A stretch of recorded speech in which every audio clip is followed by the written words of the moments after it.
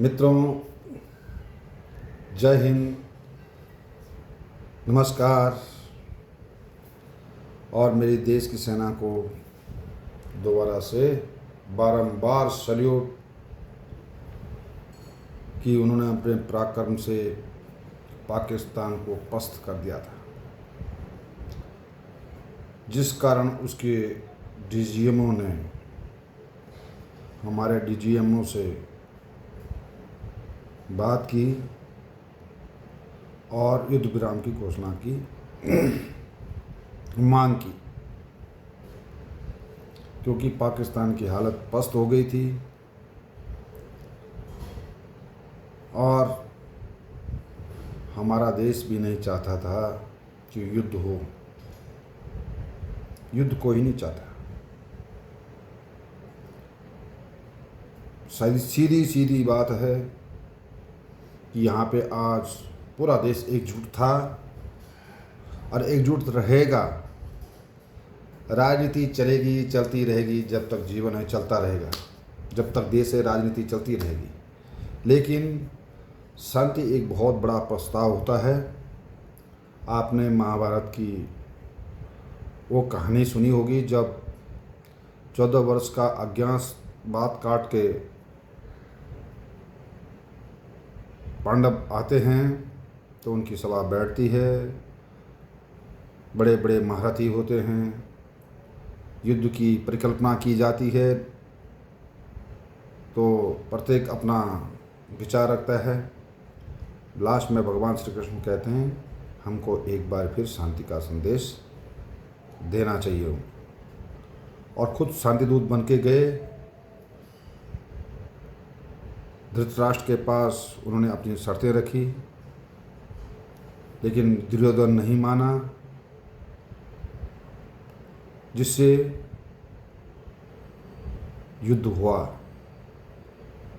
युद्ध हुआ तो एक का नुकसान कभी नहीं होता। युद्ध होता है तो दोनों पक्षों का नुकसान होता है। मैं मानता हूँ पाकिस्तान इस धरा में पाकिस्तान का नाम मिट जाता, लेकिन भारत को भी कम क्षति नहीं होती। निर्दोष लोगों मरते, बहुत सारे निर्दोष लोग मरते, तो उनका भार सहन करना भी आसान नहीं होता। ये भगवान श्री कृष्ण ने पांडवों की सभा में भी कहा था कि प्रत्येक अपना प्रण लेके बात कर रहा है, लेकिन जो निर्दोष लोग मरेंगे उनका क्या होगा। सेना तो जोशीली है, सेना जोश दिखाएगी और युद्ध करेगी। युद्ध में सैनिक मारा गया तो वीर गति को प्राप्त होता है, लेकिन जो निर्दोष लोग, जिनको युद्ध की नीति पता नहीं है, ज्ञान नहीं है, उनका क्या होता है। हमारे देश में विपक्ष के लोग भी कहेंगे कि सारा देश एक साथ हुआ था, आपने युद्ध नहीं किया। उनको यही कहा जाए राइफल पकड़ो, थोड़े युद्ध करने जाओ। तो कोई भी नेता को बोला जाए, जो इस सवाल का जवाब जिसके पास ये है कि युद्ध होना चाहिए, उस नेता को कहें एक बार राइफल पकड़ के 4 दिन ट्रेनिंग ही कर ले।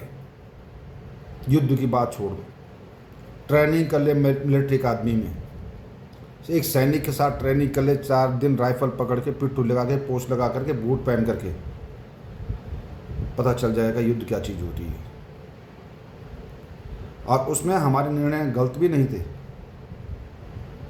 हमने युद्ध विराम जरूर किया, लेकिन अपने शर्तें मजबूत रखी। ये शर्तें आज तक किसी ने नहीं रखी, किसी भी राजनीतिक पार्टी ने। पहला, कोई भी आतंकी हमले को युद्ध मानेंगे। दूसरा, कोई भी न्यूक्लियर ब्लैकमेलिंग भारत नहीं सहेगा। तीसरा, हम आतंकवादी सरप्रस्त एवं उनकी आकाओं को अलग अलग से नहीं देखेंगे। बहुत गंभीर बात है। इस बात को समझने की कोशिश करें। विपक्ष क्या बोल रहा है उस पर ध्यान देने की आवश्यकता नहीं है। मेरे सैनिकों को एक बार फिर सलाम एंड सल्यूट, क्योंकि मैं एक सैनिक हूँ और मैं एक सैनिक के नाते एक सैनिक की गति भी जानता हूँ। कारगिल जो युद्ध हुआ था उसमें हमारे सैनिक बिल्कुल डीएमएस बूट में, स्नो बूट भी था, डीएमएस बूट में नॉर्मल कपड़ों में युद्ध किया उस बर्फीले में -35, -28, -14, -40 डिग्री में युद्ध लड़ा। उस समय मैं 153 GS लिए मैं पोस्टेड था, तो उस समय सैनिक की हालत जानता था मैं कि हमारे सैनिकों की उस समय क्या दुर्दशा हुई।